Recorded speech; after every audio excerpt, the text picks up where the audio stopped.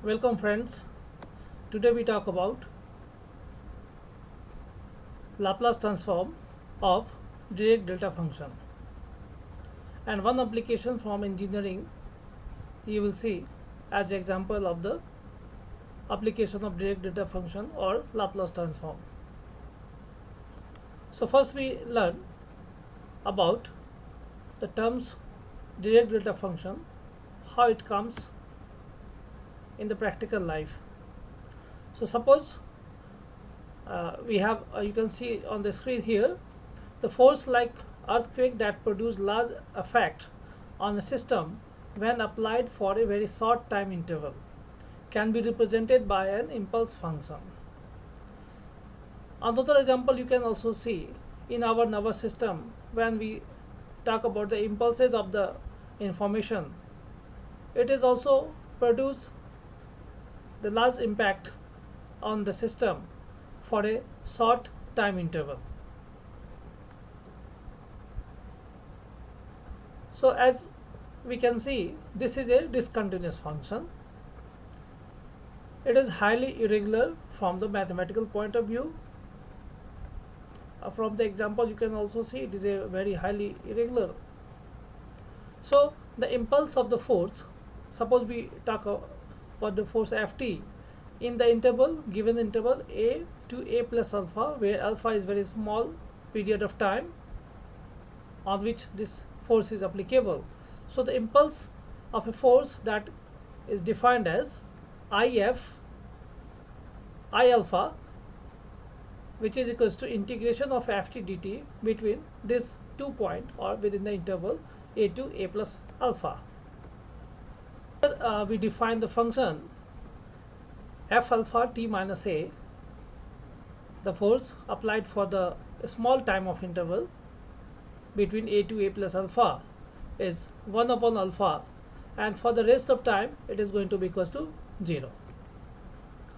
So graphically you can see here the value of the function is 1 upon alpha for between a to a plus alpha, and for the rest of time it is 0.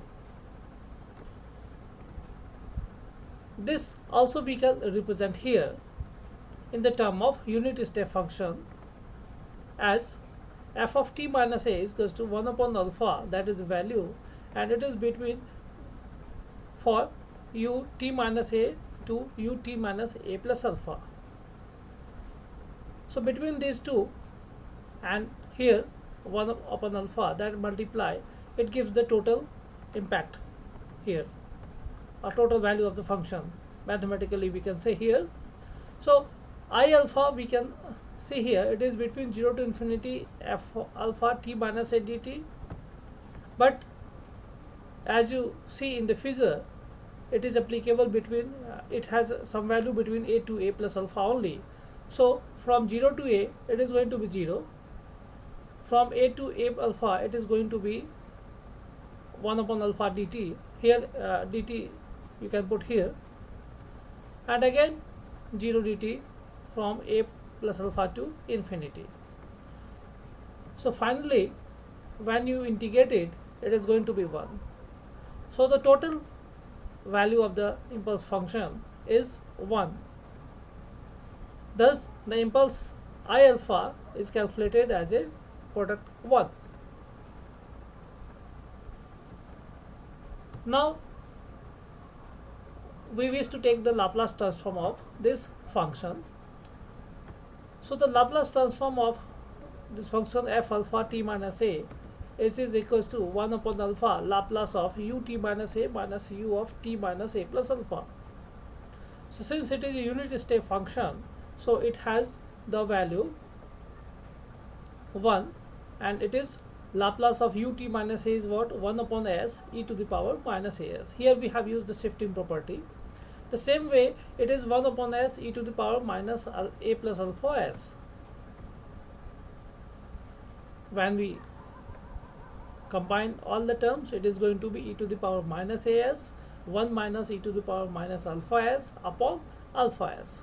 So this is the Laplace transform of that force in the form of unit step function we have.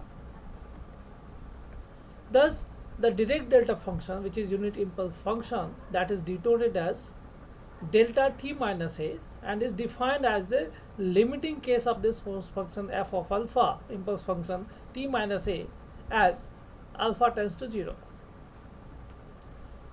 So when we apply the limit, so delta t minus a is what? Limit alpha tends to 0 f of alpha t minus a. Now we will get the Laplace of Dirac delta function. So as you know, the Dirac delta function t minus a is infinity when t is equals to a. For particular time it is a highly impulsive, and for the rest of time it is going to be 0.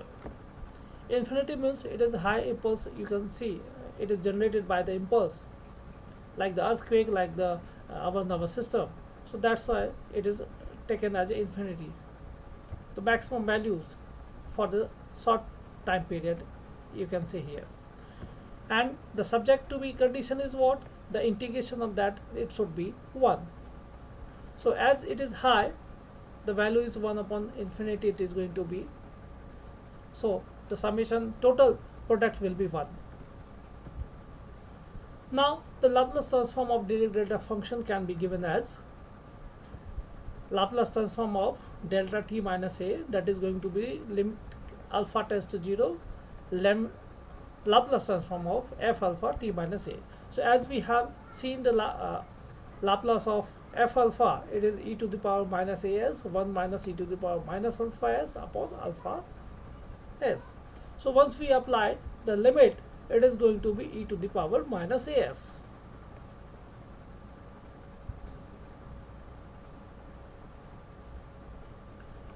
So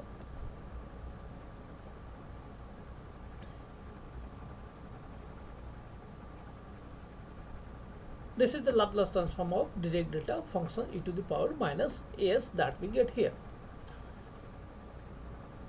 This is Dirac delta function is a generalized function, and that is defined as delta t minus a. Now comes to the application of this Dirac delta function, how it is applicable in the engineering. For this we have considered one example. A beam problem is most common and general problem. It is popular in the mechanical engineering. A beam has its end clamped at x is equals to 0 and x is equals to L. A concentrated load W acts vertically downward at the point x is equals to L by 3. Then we have to find the resulting deflection. So as you see, the force is applicable at the point x is equals to L by 3, and for the rest of the areas it is 0.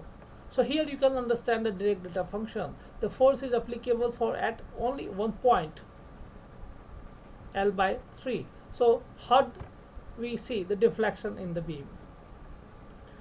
The differential equation for the deflection in this situation is given as this equation, d4y upon dx4, that equals to w upon ei delta x minus L by 3. Here you can see the t minus a. X varies from 0 to L, and the point where it is impacted, that is L by 3. Where load is applicable vertically downward, it is L by 3. Here the W is the contracted load, L is the length of beam, I is the moment of inertia, and E is the Young's modulus. Now we will have the solution of this differential equation. So the governing equation for the current situation is given by equation 1.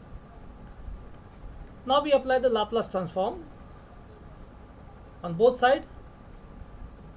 So when we apply the Laplace transform, the left hand side will be s4y minus s3 y0 minus s square y dash 0 minus s y double dash 0 minus y triple dash 0. So you must go through the Laplace transform of derivative that is applicable here, and in the right hand side, once we apply the Laplace transform of in this Dirac delta function, it is going to be e to the power minus ls by 3.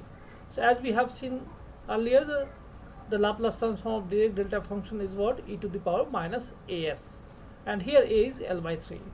W upon EI is the constant term that we have taken here.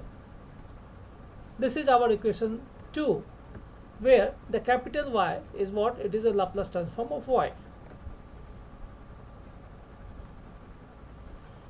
Now, since the beam is clamped at x is equal to 0 and L also, here first we consider at x is equal to 0. So y0 and y dash 0 will be 0, and y double dash 0 we consider C1, and y triple dash 0 we consider as a C2.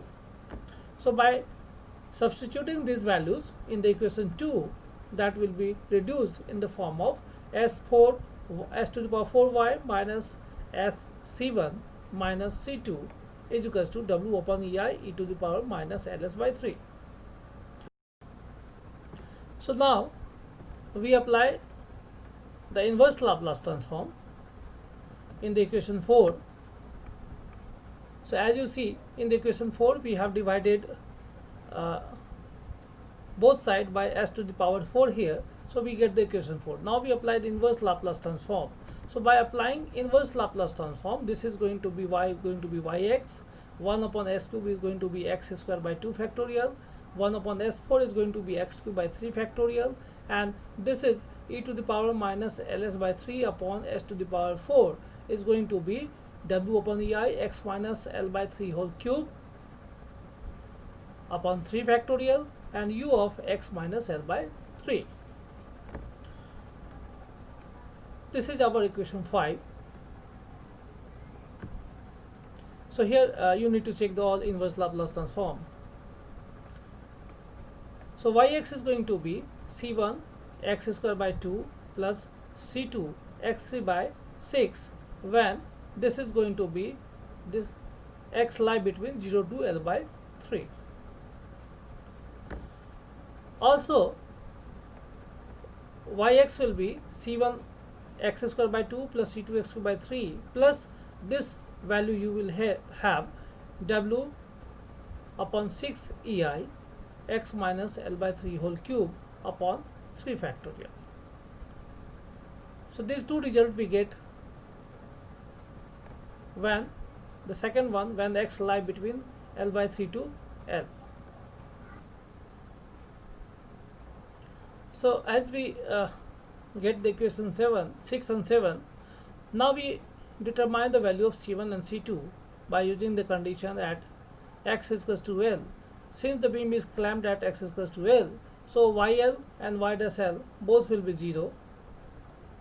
So in that case, from 7 what we get, YL will be C1 L square by 2 plus C2 L cube by 6 plus W by EI and L cube by 81. By applying the condition here. So in that case, we differentiate 7 and put x is equals to L. In that case, y dash L we get here C1 L plus C2 L square by 2 plus W upon EI into 2 by 9 L square. So by differentiating and applying the condition, second condition in 7. Now we solve equation 8 and 9 since we have the two values C1 and C2 and two equation.